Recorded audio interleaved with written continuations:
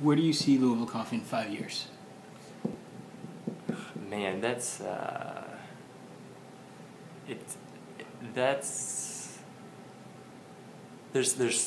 kind of the Louisville Coffee's at the point now where they overcome a lot of the challenges of growth and taking that next step into the kind of culinary or specialty coffee realm, where it's kind of at a make or break right now.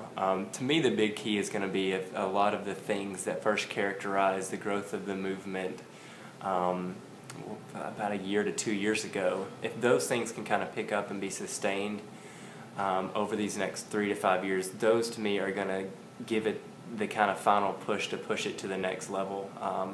And those particular types of things are the kind of the more grassroots movements of individuals who get together, share ideas, challenge one another, push one another, and continue to kind of push the envelope for more shop owners and those that are interested in opening places.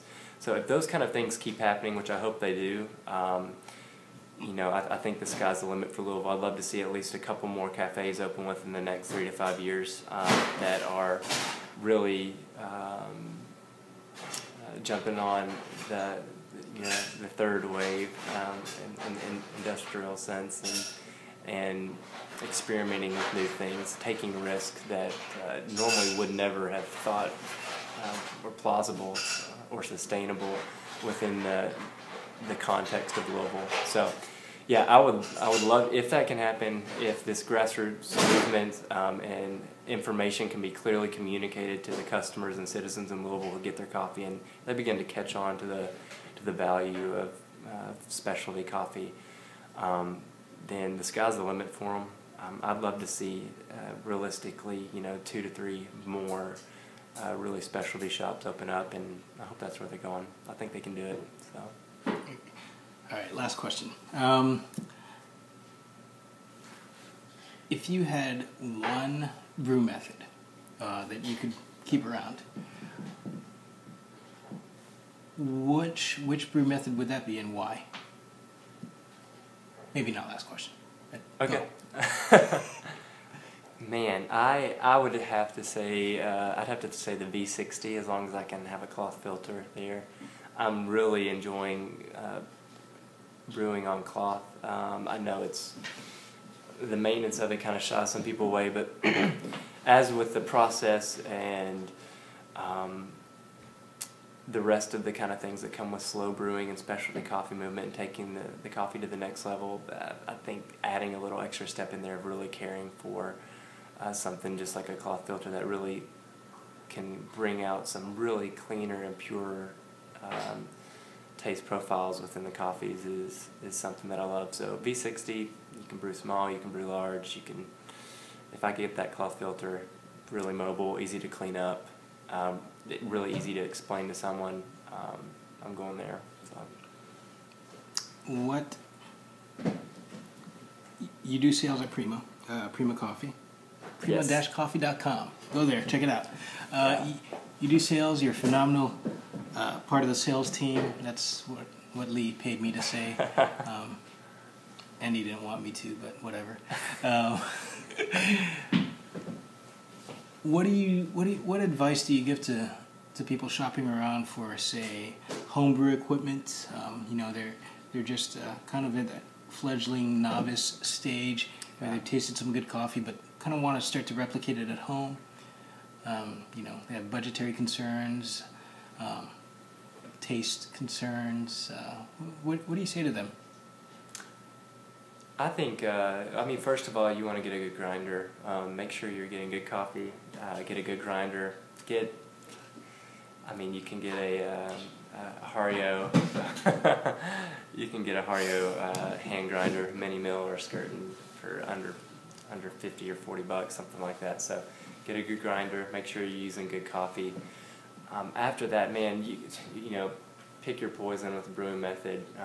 I think it's fine to start off with something like a French press, and kind of start from there. And then it's one of the more simpler brewing methods,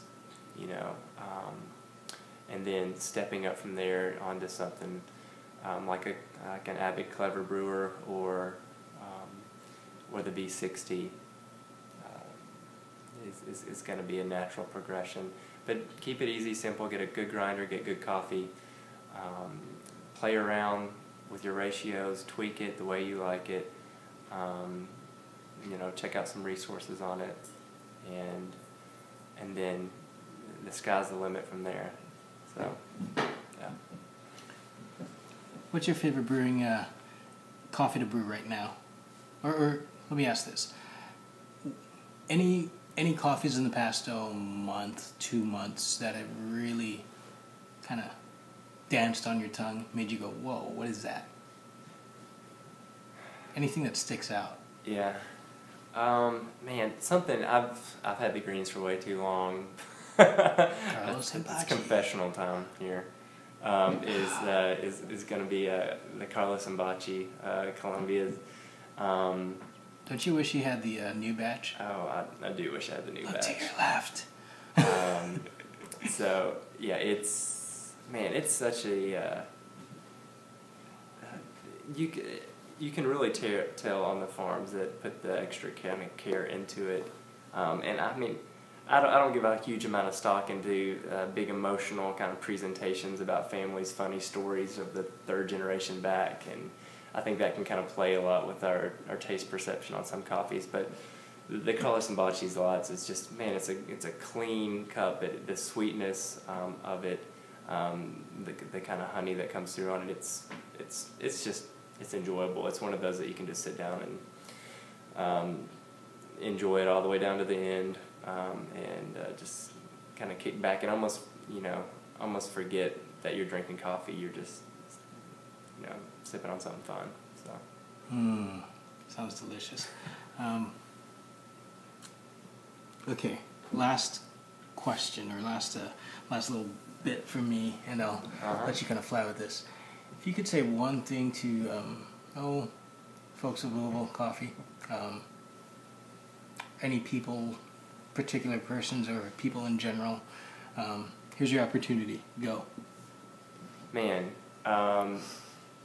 shop owners, take risks. Listen to your baristas.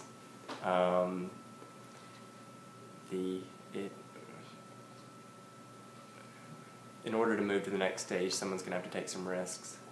I think the Louisville coffee community has proven that those risks can be taken and can survive within the market, and I think it will be rewarding.